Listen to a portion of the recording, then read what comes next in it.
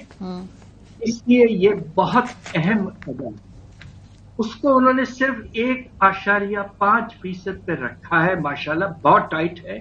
اب آپ یہ دیکھیے کہ آخری سال جو مسلم لیگ کا تھا 2017-18، اس میں جو ہے آپ کا تجارتی خسارہ 5.4% جی ڈی پی کا ریکارڈ تاریخ کا سب سے بلند خسارہ توڑ کے گئے تھے. تو اب انہیں بہت کوشش کرنی چاہیے. یقیناً ٹارگیٹس ایمبیشس ہیں اور حالات کو دیکھتے ہوئے اور ایمبیشس ہیں. افراط زر کو اتنا کم کرنا وغیرہ وغیرہ، اس پہ آگے چل کے آپ سے اور باتیں ہوتی رہیں. سو پاشا صاحب، جیسے آپ نے خود بتایا کہ جو اس کے اندر کچھ ایڈمیشنز بھی ہیں 2013-2018 کے ٹینیور کے حوالے سے، یہ منشور ہمیشہ پیش کیا جاتا رہتا ہے. یہ ماضی کے منشور جو ہیں پی ایم ایل این کے، اس کے مقابلے میں کیا آپ کو اس میں کچھ آگے پروگریسو تبدیلیاں نظر آ رہی ہیں؟ آئی ایم ایف کے ساتھ جو ہم نے اس کے بریکٹ میں رہ کے کام کرنا ہے، اس کانٹیکس میں یہ جو پچھلے منشوروں کے اندر انہوں نے اپنی خود معاشی ٹارگٹ سیٹ کیے تھے، اس میں اور اس میں کچھ آپ کو فرق نظر آ رہا ہے؟ جی بالکل آ رہا ہے، اور کچھ بہت مناسب فرق نظر آ رہا ہے. سب سے پہلے تو میں نے کرنٹ اکاؤنٹ ڈیفیسٹ کا ذکر کر دیا کہ اس کو بہت کم رکھنا ہے، ورنہ باہر سے جتنا پیسہ آتا ہے وہ ہمارے لیے پورا نہیں ہوگا اور ہمارے ریزروز بہت کم ہوتے چلے جائیں گے. دوسرا جو ہدف ہے وہ بہت اہم ہے، وہ ہے آپ کا بجٹ کا خسارہ. اس میں ہماری جو مسلم لیگ کی جو میرے خیال سے اکنامکس ٹیم نے تیار کیا ہے، انہوں نے اس میں ماشاءاللہ بڑا ایمبیشس ٹارگٹ رکھا ہے کہ ہم 4 سال میں کم از کم اس کو 3.5% بجٹ ڈیفیسٹ کو لے آئیں گے جی ڈی پی کا. اس وقت خیال یہ ہے کہ یہ سال ختم ہونے تک 2023-24 یہ تقریباً 8% تک پہنچ سکتا ہے. تو یہ ایک بہت ایمبیشس ماشاءاللہ ٹارگٹ ہے، بٹ اس کی ضرورت ہے. اس کے بغیر اکانومی سٹیبلائز نہیں ہوگی اور تجارتی خسارہ بھی کم نہیں ہوگا. اس میں جو نمایاں بات ہے جو ہمیں سمجھتے ہیں کہ بہت مناسب ہے، اور وہ یہ ہے کہ ان کا ٹارگٹ یہ ہے کہ ٹیکسز کے نظام میں سے ریونیوز بہت بڑھائی جائیں، 3.5% جی ڈی پی کا بڑھائی جائیں، یعنی کہ تقریباً اس سال کے جی ڈی پی کے لحاظ سے 3,500 ارب اور ٹیکس ریونیو. افسوس کی بات یہ ہے کہ اس کے ڈیٹیلز جو ہیں وہ نہیں دیے گئے ہیں، مگر یہ ایک لحاظ سے بہت ہی اہم ٹارگٹ ہے، ماشاءاللہ رکھا گیا ہے.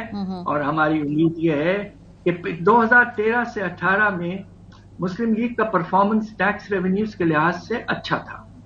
ہم یہی امید کر رہے ہیں کہ اس مرتبہ بھی اگر وہ حکومت میں آئے تو یہ 3.5% جی ڈی پی کا حاصل کر لیں تو اس سے بہت فرق پڑے گا اکنامک حالات.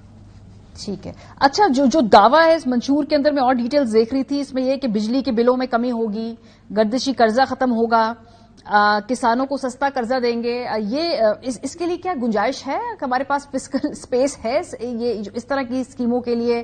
خاص طور پہ بجلی کے بارے میں آئی ایم ایف تو بڑا اسپیسیفک ہے، right down to the cost of every single unit وہ آپ کو بتاتے ہیں.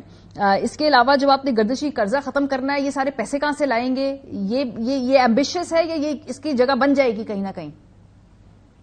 یہ دیکھیے، اس وقت مجھے افسوس سے کہنا پڑتا ہے کہ جو سرکولر ڈیٹ جو ہے پاکستان کے گیس اور بجلی کے سیکٹر جو ہیں دونوں ملا لیں تو 5,700 ارب کے لگ بھگ پہنچ چکا ہے. تاریخ کا سب سے بلند لیول ہے. اور حیرت اس بات کی ہے کہ یہ ابھی بھی اتنا زیادہ ہے جبکہ ہم نے گیس کی نرخوں میں تقریباً 500% بڑھایا اور